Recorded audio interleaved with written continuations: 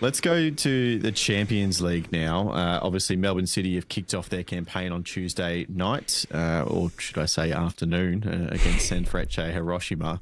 Now, we'll talk about the game in a second, but I think it's time to have the conversation. And this is not new, but obviously the interest in Champions League football in Australia is significantly lower for some reason compared to the rest of the world, but also just the rest of Asia. You look at some of these other games that go on in Japan and Korea, Saudi Arabia, Qatar, probably in particular the Western countries. And then you get kind of even these small Southeast Asian nations get really, really strong support for this competition. And I don't know, maybe Australians don't, like turning up on weekdays to sporting events. Obviously, there's Melbourne City as well. They are a smaller fan base in the league. That is the reality of it. But for me, it was incredibly disappointing to see just a sniff over 1,300 people at Amy Park on Tuesday, again, afternoon. There were definitely mitigating circumstances. 5:45 kickoff is absolutely horrible.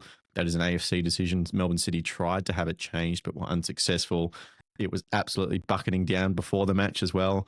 I timed my dash from the train station to Amy Park absolutely horribly and got drenched on my way there, or Melbourne Rectangular Stadium, should I call it. But there were definitely reasons why people weren't turning up, but it was just a sad sight. And Jacob, I mentioned this to you guys before we started, but I couldn't help but just think about it sitting there in the press box about the European Champions League that was about to start in about 6 hours' time, and all of the millions of people that watch that competition and the hundreds of thousands that tune out in stadiums every week and the packed out media boxes. And we just don't have it. And it's unfortunate. We can't quite put our finger on why that is. Even, again, throwing Melbourne City aside, compare it to even the A-League attendances they get, it's not going to be anywhere close. So this competition clearly isn't held with enough prestige in Australia, and I don't really know how we change it. I'm just kind of venting my disappointment at that. Well, I'm just thinking, is it the AFC?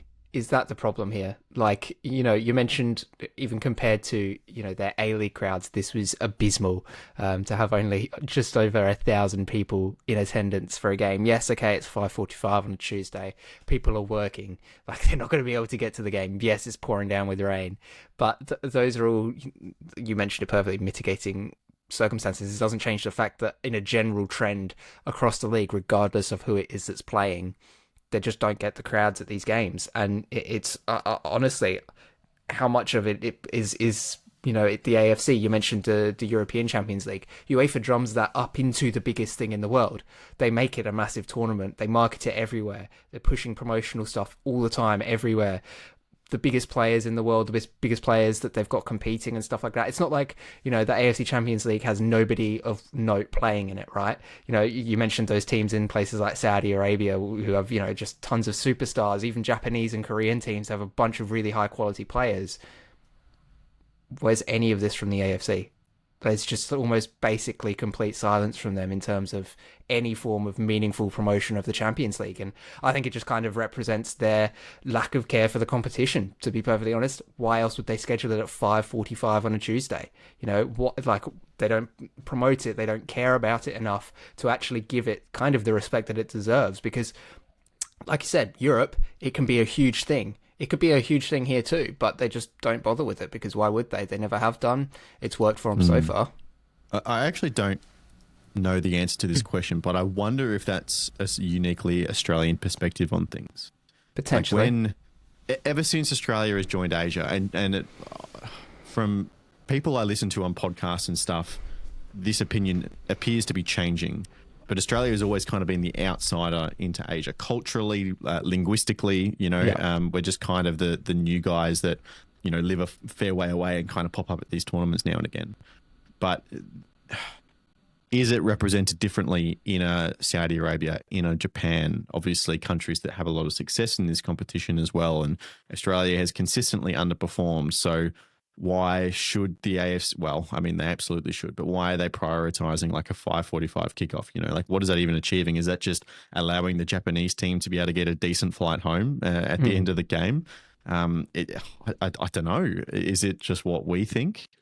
Well, then in that case, the problem is still potentially the AFC. If it's just a case of they're just still treating Australia like the outsider in the Confederation.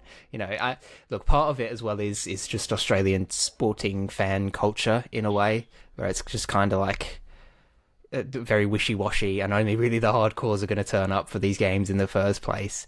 But that being said, there's just so much, like, the quality of football on display during this, particularly Champions League elite games, is just, it's such a high quality. It's really, really good football to watch. This game was perhaps a little bit of an exception, as Christian mentioned, in that first half in particular. But for the most part, they're very high quality games. You usually see a lot of really good goals. You're seeing some of the best players in the region playing. And some of my, favourite memories going to Adelaide United games is sitting there watching some of these fantastic, former great stars from places like Brazil and Argentina going out there and absolutely dominating. And it's being like, it gives you a different perspective on the game. So maybe it is just a case of,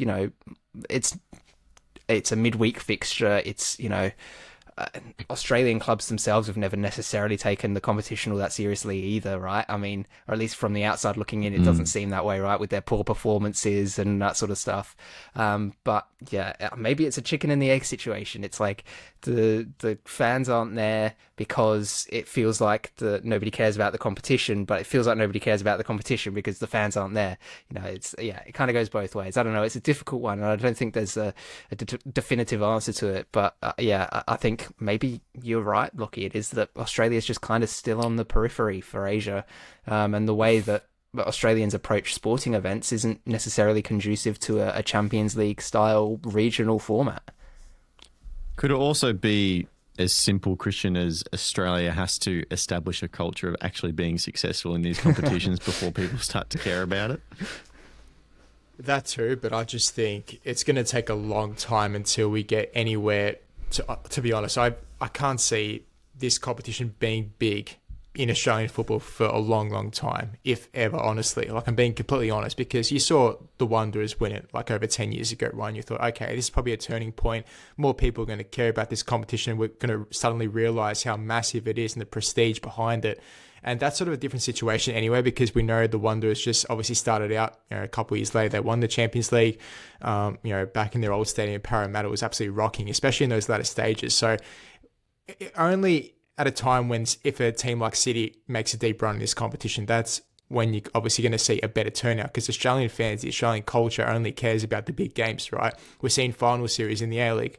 When they turn up the most? In grand finals, in semi-finals. That's the showpiece event. So, and you're right, to your point, Lachie, once we start to actually establish ourselves and actually win some football games in this tournament, which seems absolutely rare these days, considering the Mariners and what they did 12 months ago. And the Mariners did a number on it, yeah. Absolute debacle. It's just sad, you're right, to see only, over 1,000 people turn up. It's like, this is the Champions League. This is the competition where all the best players, all the best teams from Asia come together. Yeah. And it's sort of like, it's tough, because you sort of try and imagine, what if the Saudi clubs were all sort of in the melting pot with the Japanese, the Koreans. That's the only way I can see this improving. Like, what if Ronaldo came to Melbourne? Like, can you imagine the fanfare around that? Like, it'd be packed out stadiums. That's the only way for me that it's going to change, because in terms of like Japan, for example, is as well established that league is, and the quality on show, they don't spend like the Saudi league, like some of these Middle Eastern clubs, to try and get the star power, the star names. We can only face these teams. Pay attention to it, really. We can only face these teams in the final, right? Because I believe it's over 2 legs in the final. So that's realistically, in the ACL Elite, it's the top 8, but that's a centralised competition in Saudi Arabia anyway. Exactly. So, I mean, that's a question for you, Lachie. Do you ever see a scenario where that could actually potentially happen in the future, or are we just locked into these, 2 divisions and then meeting up later? In terms of the East and West competing against each other? Yeah. I think we're locked into that. You can gradually maybe step down at what point it happens, but I think, with the AFC adopting UEFA's league phase, I think we're permanently stuck in that, being split by East and West. Just the vast distances, the travel and the money, I don't think there's any chance that breaks down. There's probably a world where the competition expands to more teams, and then as soon as you get out of the league phase, you have some knockouts against the East versus the West. Because one thing with this competition is that they reduced it down from, I want to say 32 to 24, just because the quality wasn't quite at the level. But hopefully in the future it is. I do think from an Australian perspective as well, there's not only the culture of we can't compete, but I reckon there's a sentiment of the rules that are in place don't allow us to. In terms of like the salary cap, obviously the salary cap is there for a reason domestically, and clubs can't really afford to pay too much more than that anyway at the moment. But the whole idea of the open pyramid and qualifying for Asia and having those aspirational goals is kind of hamstrung by something like a salary cap. And I think as soon as we have to get rid of that, we have to get stable financials, which will take a long time. Decades. Then we have to get comfortable to open the pyramid, which will be a long time. And then we have to remove a salary cap, which will take a long time.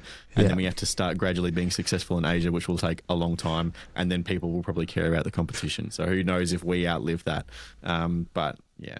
What about this is, and this, okay, again, this could be another thing, but the idea just of these games being midweek as well.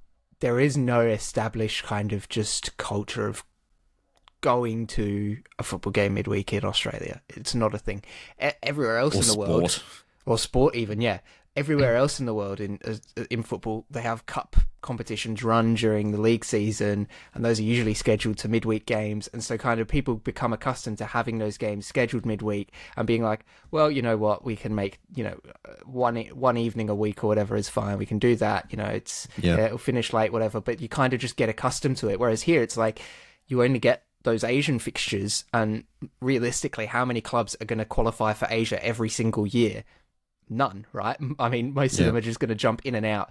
They might win, might win qualification one year, but then not the next, and then so there's no real, sense of this is just normal. It's strange, it's alien, it's a bit weird, it's a bit different, and people are like, I'm not used to kind of going to the football midweek, so I'm not going to do it. Like, it's just going to throw my plans out the window. Maybe I plan to have dinner with some people or whatever. Like, it's kind of one of those weird things where in other countries, it's like, it's normal. Football midweek, yeah, sure. It's a cup fixture. It's a European fixture, whatever it might be. But here, it's like, it's not how it works. It's not how sport works. So I think maybe does that play into it, And just on the salary cap as well, another reason why it hamstrings us in a sense is because we have so many different winners in the A-League, right? You look at Japan and China, Shanghai Port are in it every season. You got Shanghai Shenhua, all these top clubs, Vissel Kobe now, who have established themselves for a few years, like all these different clubs who are obviously earning that tournament prize money, which has obviously gone up, which we've spoken about, which is the